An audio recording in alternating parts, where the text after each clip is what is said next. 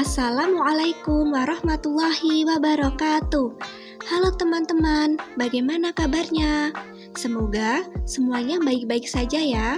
Perkenalkan, saya Rizky Syafaatunur Ihsani, nomor induk mahasiswa 192100031 dari Universitas Jana Badra. Di sini saya akan menjelaskan mengenai definisi serta kriteria dari UMKM. Baik teman-teman, sebelum kita masuk pada materi definisi UMKM, terlebih dahulu saya akan menjelaskan gambaran secara singkat UMKM itu. Nah, UMKM itu mempunyai peran yang strategis dalam pembangunan ekonomi nasional.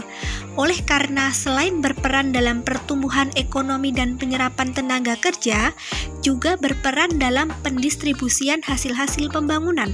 UMKM juga memanfaatkan berbagai sumber daya alam yang berpotensial di suatu daerah yang belum diolah secara komersial.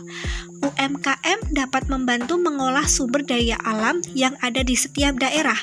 Hal ini berkontribusi besar terhadap pendapatan daerah maupun pendapatan negara Indonesia. Definisi UMKM yang pertama adalah menurut Keputusan Presiden RI nomor 99 tahun 1998 memberikan pengertian mengenai usaha kecil adalah kegiatan ekonomi rakyat yang berskala kecil dengan bidang usaha yang secara mayoritas merupakan kegiatan usaha kecil dan perlu dilindungi untuk mencegah dari persaingan usaha yang tidak sehat.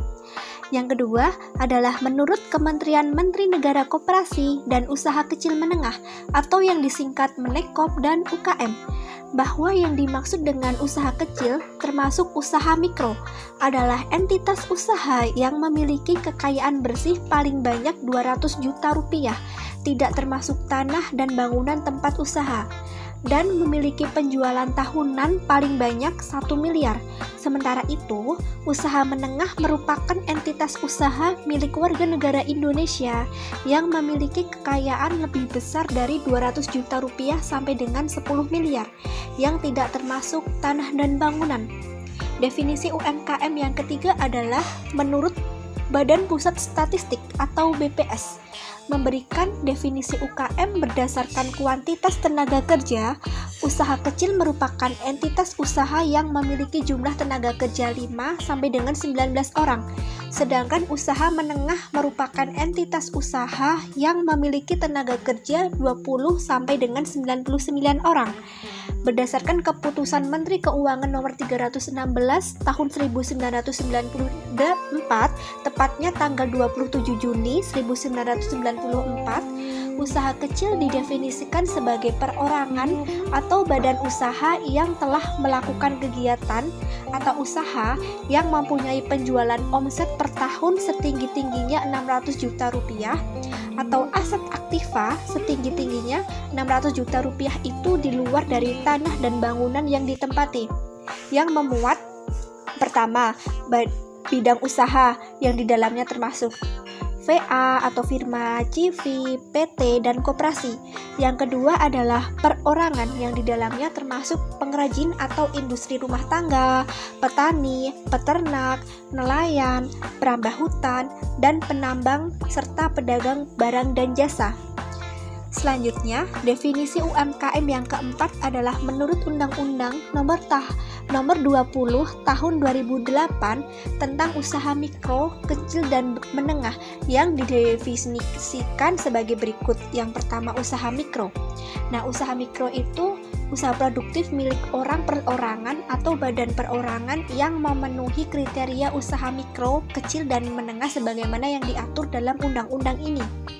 Yang kedua adalah usaha kecil, yaitu usaha ekonomi produktif yang berdiri sendiri yang dilakukan oleh perorangan atau badan usaha yang bukan merupakan anak perusahaan atau cabang perusahaan yang dimiliki, dikuasai, atau menjadi bagian baik langsung maupun tidak langsung dari usaha menengah atau usaha besar yang memenuhi kriteria usaha kecil sebagaimana diatur dalam undang-undang ini.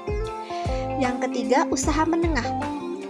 adalah usaha ekonomi produktif yang dimiliki oleh perseorangan atau badan usaha yang bukan merupakan anak atau cabang perusahaan yang dimiliki, dikuasai, atau menjadi bagian, baik langsung maupun tidak langsung, dengan usaha kecil atau besar, dengan jumlah kekayaan bersih atau hasil penjualan tahunan sebagaimana diatur dalam undang-undang ini. Baik teman-teman, sekarang kita masuk pada materi yang kedua adalah kriteria dari usaha mikro kecil menengah. Kriteria UMKM yang pertama adalah menurut Undang-Undang Nomor 9 Tahun 1995 yang memuat 5 kriteria. Yang pertama, memiliki kekayaan bersih paling banyak 200 juta rupiah yang tidak termasuk tanah dan bangunan dari tempat usaha. Yang kedua, memiliki hasil penjualan tahunan paling banyak 1 miliar. Yang ketiga, milik dari WNI. Yang keempat, berdiri sendiri, bukan merupakan anak perusahaan atau cabang perusahaan yang tidak dimiliki, dikuasai, atau berafiliasi baik langsung maupun tidak langsung dengan usaha menengah atau usaha besar. Kriteria yang kelima, berbentuk usaha atau perseorangan, badan usaha yang tidak berbadan hukum atau badan usaha yang berbadan hukum yang termasuk dengan koperasi. Kriteria UMKM yang kedua adalah menurut Undang-Undang Nomor 20 Tahun 2008, antara lain. Yang pertama, usaha mikro, memiliki aset maksimal 50 juta rupiah dan omset maksimalnya 300 juta rupiah. Yang kedua, usaha kecil dengan aset maksimalnya lebih dari 50 juta rupiah sampai 500 juta rupiah dan omset maksimalnya lebih besar dari 300 juta rupiah sampai dengan 2 miliar 500 juta rupiah.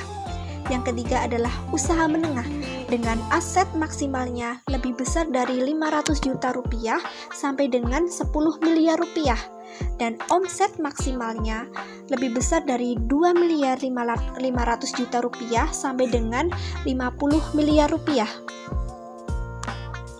Baik, jadi itu tadi adalah beberapa definisi dan kriteria UMKM yang didapat dari berbagai sumber. Sekian untuk sharing informasi mengenai UMKM secara singkat. Semoga bermanfaat. Terima kasih sudah menonton. Wassalamualaikum warahmatullahi wabarakatuh.